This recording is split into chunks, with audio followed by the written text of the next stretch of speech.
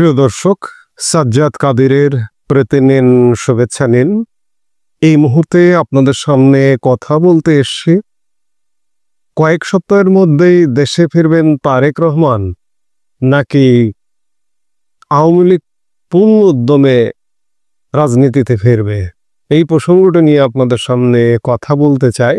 আজকে গণমাধ্যমের খবরে জানা যাচ্ছে যে কয়েক সপ্তাহের মধ্যে বিএনপির ভারপ্রাপ্ত চেয়ারম্যান তারেক রহমান দেশে ফিরবেন। এ কথা জানিয়েছেন দলটির স্থায়ী কমিটির সদস্য ডক্টর এজেডএম জাহিদ হোসেন। আজ শনিবার পূবালী ব্যাংক কর্মচারী সংঘের জাতীয় সম্মেলনে প্রধান অতিথির বক্তব্যে তিনি কথা জানান। তিনি বলেন, বিএনপির ভারপ্রাপ্ত চেয়ারম্যানের নেতৃত্বে নির্বাচন বানচালের ষড়যন্ত্র প্রতিরোধ করা হবে। পতিত স্বৈরাচার পেছন দিক দিয়ে এসে জনগণের অধিকার হরণ করার পায়তারা করছে। দেশের স্বাধীনতা এবং সার্বভৌমত্বে যারা বিশ্বাসী নয়, তারা বিভিন্ন ষড়যন্ত্র করছে। এ সময় সবাইকে চলমান ষড়যন্ত্র রুখতে কান খোলা রাখার আহ্বান জানান তিনি। অর্থাৎ বিএনপির স্থায়ী কমিটির সদস্য ডক্টর এজেডএম জাহিদ হাসানের কথায় এটি পরিষ্কার হলো যে তারেক রহমান আগামী কয়েক সপ্তাহের মধ্যেই দেশে ফিরবেন।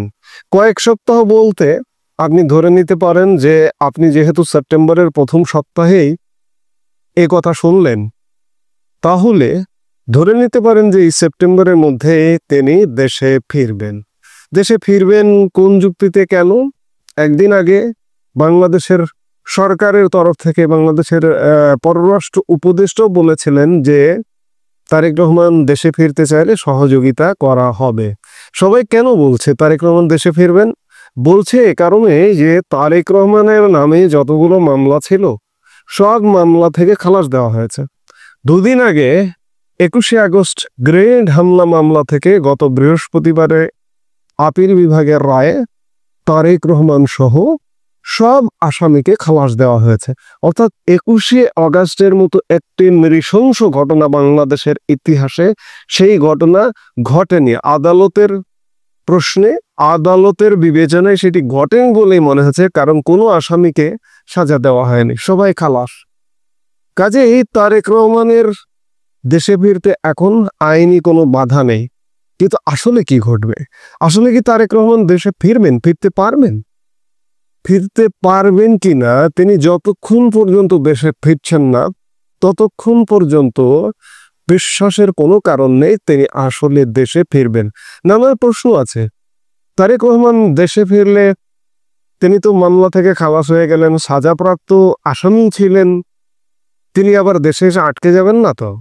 এমন নানা প্রশ্ন কিন্তু চারপাশ দিয়ে ঘুরপাক খাচ্ছে।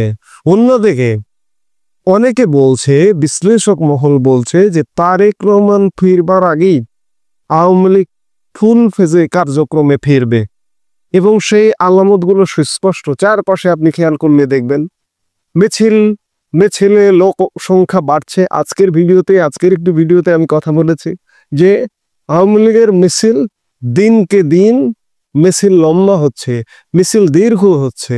এই দীর্ঘ হওয়ায় বাংলাদেশকে অন্ততপক্ষে বাংলাদেশে যে অচল অবস্থা, এই অচল অবস্থা থেকে মুক্ত করবে। গতকাল শুক্রবারে হাজার হাজার মানুষের মিছিল রাজধানী ঢাকায় দেখেছেন। এখন এই মিছিল দীর্ঘ হওয়াটা আইন শৃঙ্খলা বাহিনীকে অঙ্গুলে নির্দেশ করা হচ্ছে যে আইন শৃঙ্খলা বাহিনীর বিরুদ্ধে অভিযোগ করা হচ্ছে বর্তমান বন্দোবস্তের রাজনৈতিক দল এবং সরকারের পক্ষ থেকে যে গোয়েন্দা তৎপরতা, গোয়েন্দা রিপোর্টে দুর্বলতা আছে। গোয়েন্দা রিপোর্ট, গোয়েন্দা তৎপরতা তো দুর্বলতা থাকবেই। আপনি রাতারাতি আওয়ামী লীগ বিহীন একটা বাংলাদেশ গড়বেন, গোয়েন্দারা আওয়ামী লীগ নেই, সরকারি চাকরি করেন, সরাসরি হয়তো রাজনৈতিক দল করেন না, কিন্তু তাদের ভোটটা, তাদের সমর্থনটাকে আওয়ামী লীগে যায় না। বেশিরভাগ গোয়েন্দা শুধু না, পুলিশ শুধু না, বেশিরভাগই আওয়ামী লীগ। যার দরুন রাজধানীতে হাজার হাজার মানুষের মিছিল হওয়া শুরু হয়েছে। শুক্রবারে হয়েছে, আজকে শনিবারেও মিছিল হয়েছে রাজধানীতে এবং মিছিল শুধু বাড়ছে।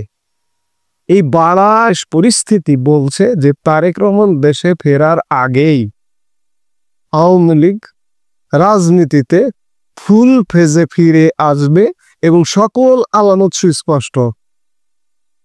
যারা বলেন যে আওয়ামী লীগ ফিরবে না, আওয়ামী লীগ ফিরছে না, তারা একটু অপেক্ষা করুন, দেখুন সামনে কি ঘটতে যাচ্ছে। আওয়ামী লীগ খুব শীঘ্রই রাজনীতিতে ফিরবে, ক্ষমতায় ফিরবে, একটা নির্বাচন হবে, অবাধ নিরপেক্ষ সুষ্ঠু নির্বাচন হবে, নির্বাচন হয়ে নির্বাচনের মাধ্যমে আওয়ামী লীগ আবারও ক্ষমতায় ফিরবে।